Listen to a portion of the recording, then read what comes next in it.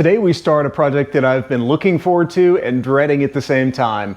We're ripping apart the entire front end out of our flooded 1965 Corvair.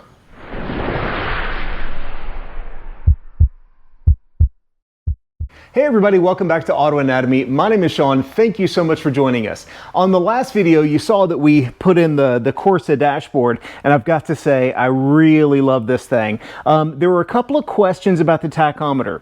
The tach does work, and what I was saying about the needle moving kind of a lot is that there's such a wide sweep on the gauge so that when you give it just a little bit of RPM, the needle moves pretty quickly. I think it's moving correctly. I do still want to put another tachometer just on as a temporary to verify its accuracy, but everything is working with the exception of the manifold gauge. It does move a little bit. The cylinder head temp gauge is not hooked up. The clock is still working. It does read a little bit fast, so if there's a way to adjust that, let me know. But today is the start of a project that I've been looking forward to and dreading at the same time, because today I have to rip apart the entire front end out of the car. And when I say the entire front end, I'm talking suspension, trunk floor. I'm going to pull the fuel tank out as well. And the reason that we're doing this is because there is some rust in the trunk floor. Now, can you do this without removing all this other stuff? Absolutely. But I need to rebuild the front suspension anyway. If you look at it, it's old, it's original, it needs some love. So it seems like a goodest time of any to pull it out and start going through it.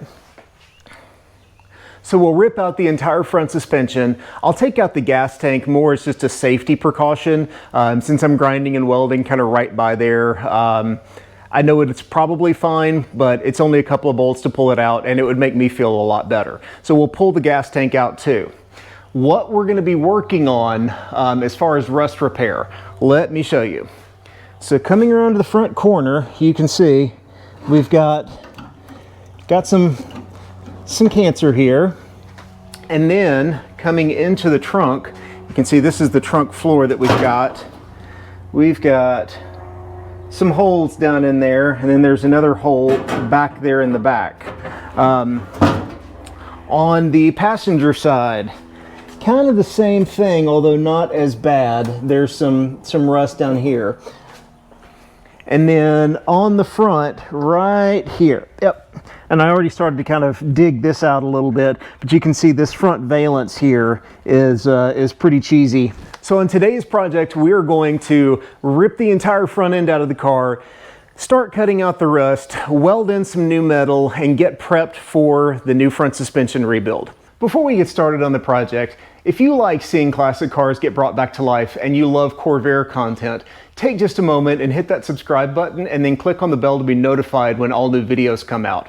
It's a free way to help support our channel and I really appreciate that. You can also swing over to our website at autoanatomy.net, and from there it's got access to not only our YouTube page, but social media, it's got a blog post, and you can swing over to our merch page where you can pick up cool t-shirts like this. All right, so enough talking. I'm ready to dive into this project. Let's get to removing the front suspension and the gas tank and then cut out some rust.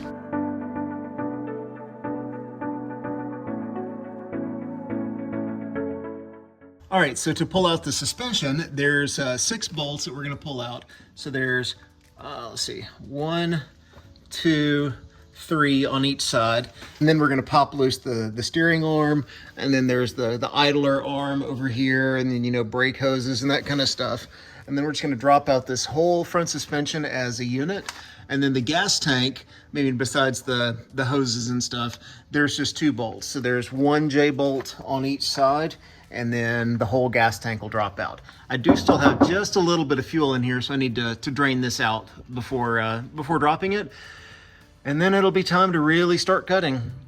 Getting out my trusty transmission jack that we use to pull the engine out, I took just some L angle iron here and bolted it to the plate here, and then welded a couple of nuts and just made some little pins.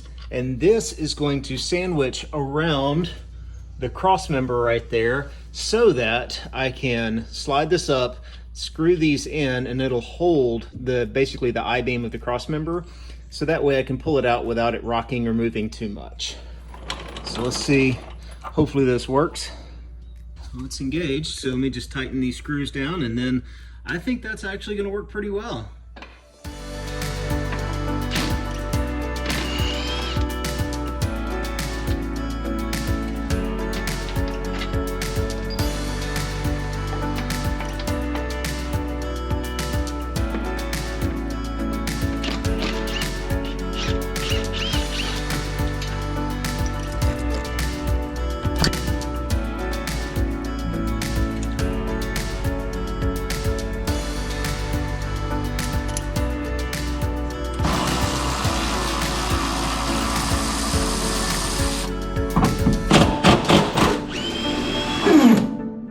Okay, so with the steering arm undone and then the idler arm undone, I think the only thing that's left now is just physically unbolting it here.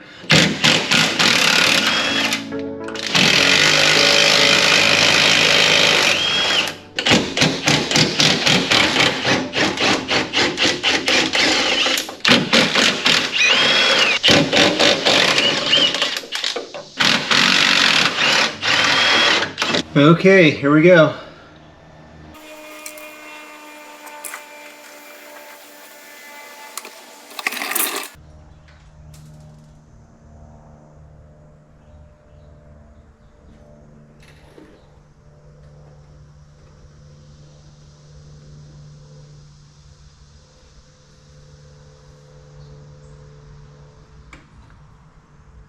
With the suspension out of the car, you can kind of see now how the little bracket I made works. So it's just got some tapered pins here, and they just shove in and capture the bottom there. Looking at the suspension, it kind of looks like how I thought it would. It's just old and, you know, worn out. Needs replacement. So it was a good thing to do anyway. And these shocks, I don't know, but I think those are probably original to the car. Looks like they've got a Delco sticker on them, so probably worth replacing after, 58 years. But I've got all new bushings, I've got new, ball joints, new tie rod ends, new everything that's gonna go in the front of this thing. So we're gonna blast it, clean it up, paint it, make it look pretty, replace it, and make it as good as new. All right, now let's get back to getting the rest of the front end apart. Got to drain some fuel out of the gas tank and then drop the tank, and then we'll be ready to start making some sparks.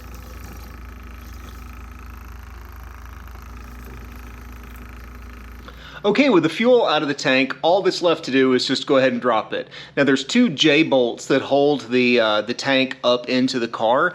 We'll pull those out and then slowly lower the tank down just so we can get to the point to undo the clamps that hold the filler neck in, because you can't get to that thing unless you drop the tank. It's kind of a pain in the butt.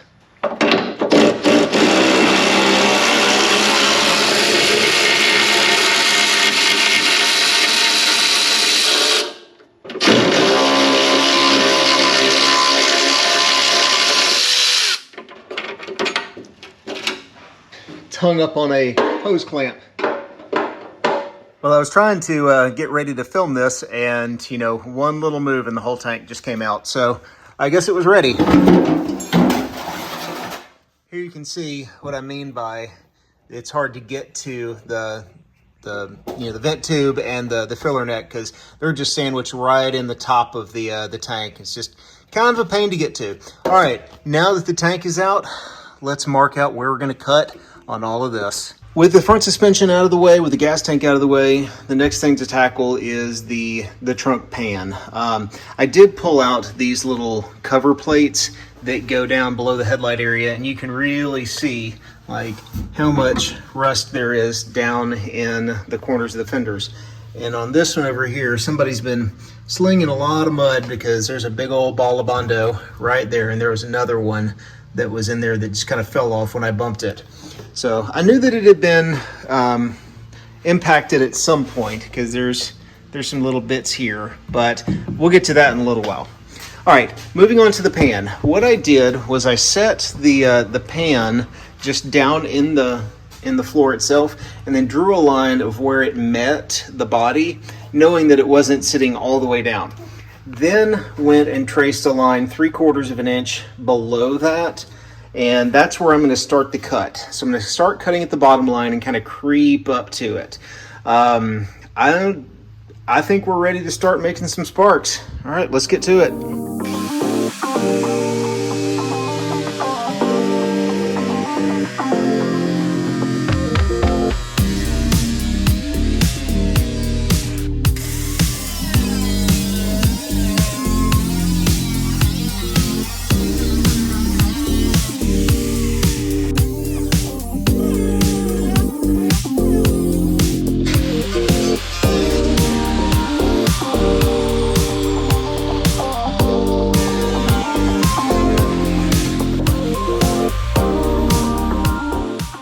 I guess there's no turning back now.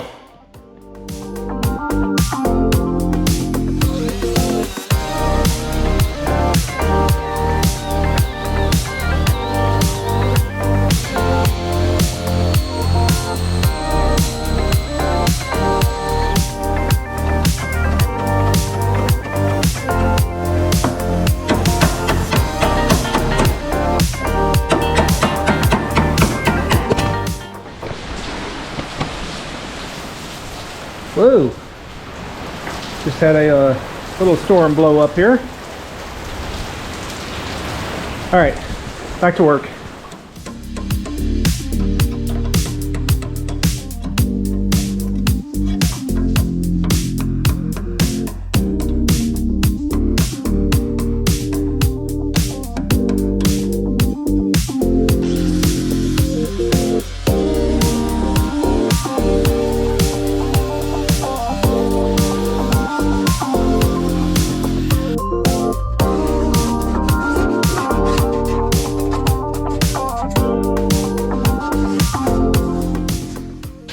Okay, so overall I'm pretty impressed with the fit from the Clark's pan. I mean, you can see it's following the contours of the original trunk floor really tight.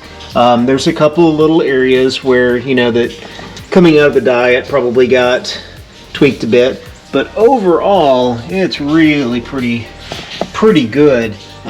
So right through here it's actually flush, so I need to just open that gap up just a wee bit, and then this step here, and then as you see coming back towards the back I've got maybe, I don't know, a 1/2 inch to trim back here, but overall it's just minor fit and finish. Then we get to start welding this thing in.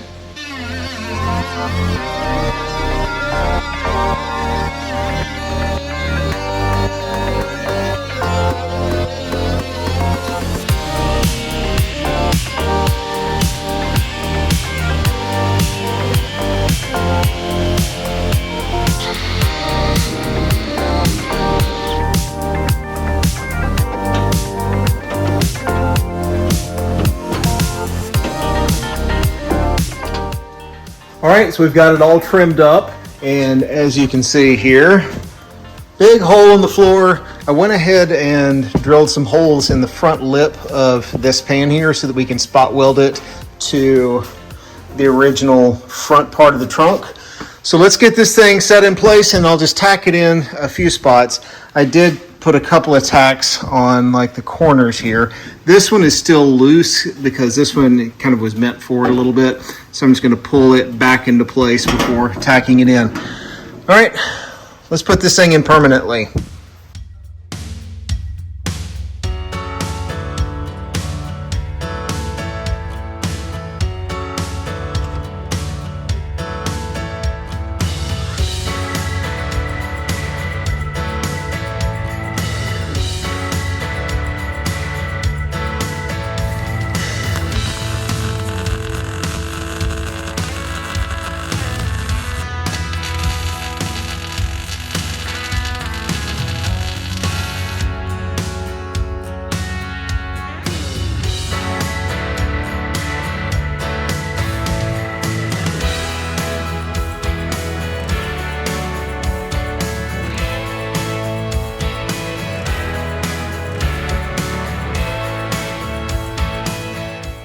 All right, with the front floor tacked into place, now it's time to actually weld this in. And the way that you want to weld in one of these like body panels is you don't just want to run a continuous bead all the way across it, because what'll end up happening is you can end up getting a lot of heat and you end up warping the metal. So if, you know, this is your gap where your two panels meet, then what you want to do is you've got your tack weld here, and say a tack weld here, and then, you know, a tack weld here. Okay, what you want to do is put another tack weld here, then here, then here, and so on and so forth until you finally fill in all this gap here. And what that does is that minimizes the amount of heat that's transferred to not only the new panel, but the body itself, preventing warpage. So let's head back over to the Corvair and finish welding in the front floor.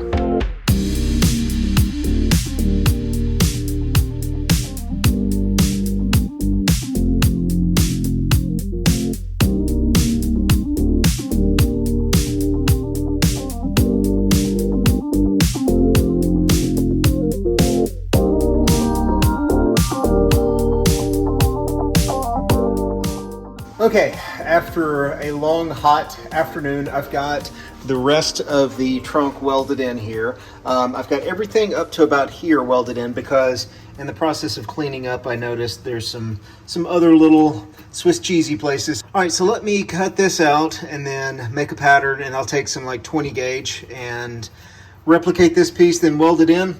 And then I've got a lot of grinding to do, but then it'll be done, it'll be solid, and then I can just take and put some seam sealer on, you know, top and bottom side just to keep it from, you know, having any little pinholes in the welds, and it'll be completely watertight and solid.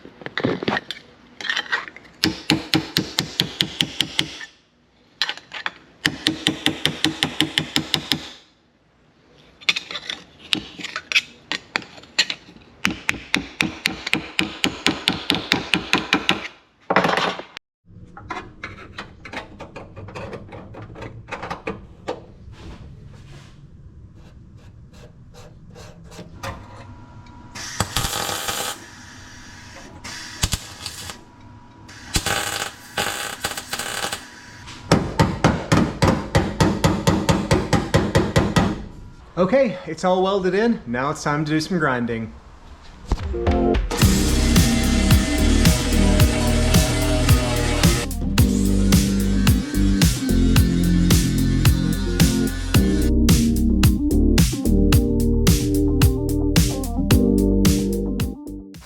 All right, so I spent a little time grinding down some of the welds, and I'm not trying to make the welds disappear. There is going to be a layer of seam sealer over the top of it. But you can see we've kind of knocked down, you know, some of the high spots here, and got this, this corner piece all welded in and ground down. Now it's time to seal it permanently from water. Now, anytime you weld something, there's always going to be little pinholes and things like that. So even the manufacturers put a little like mechanical barrier between body panels when they make the car. And it's called a seam sealer. All right, this is the stuff that I really like. It's called Barrier Bond by TCP Global, and I'll put a link in the description below. One of the things I really like about this one is that most seam sealers come out of a caulk gun, and you've got to like squirt it on the seam and then use a putty knife to spread it. Whereas this stuff you can use like a chip brush, with the little cheap ones from the hardware store, to spread it out, and then it dries really nice. So it's easy to apply. So we'll clean everything up, put a layer down on the inside and then again on the outside where the weld seam is. That way it'll be completely watertight and prevent this thing from ever rusting again.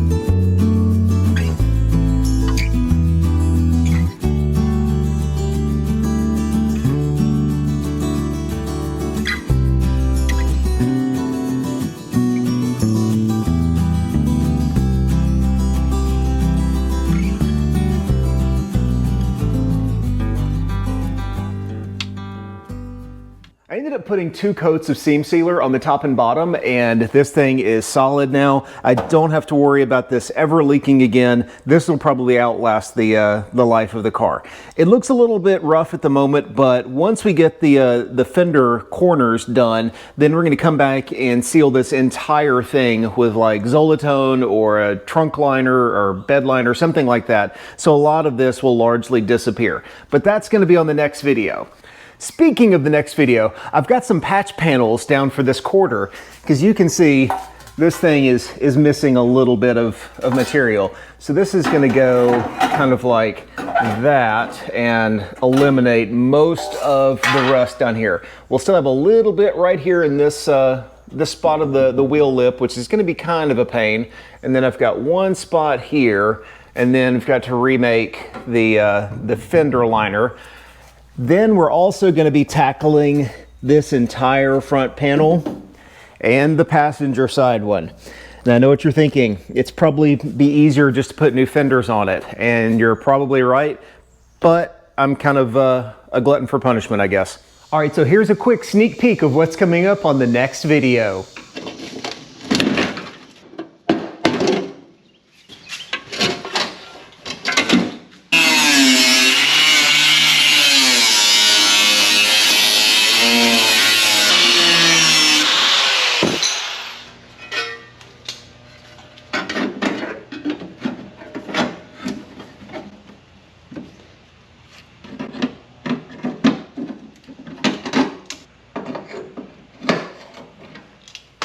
So that's going to wrap up this video. Thank you guys so much for watching. Again, if you like this type of stuff, take just a moment and hit that subscribe button and click on the bell to be notified when new videos come out. It's a free way to help support our channel. I truly appreciate it.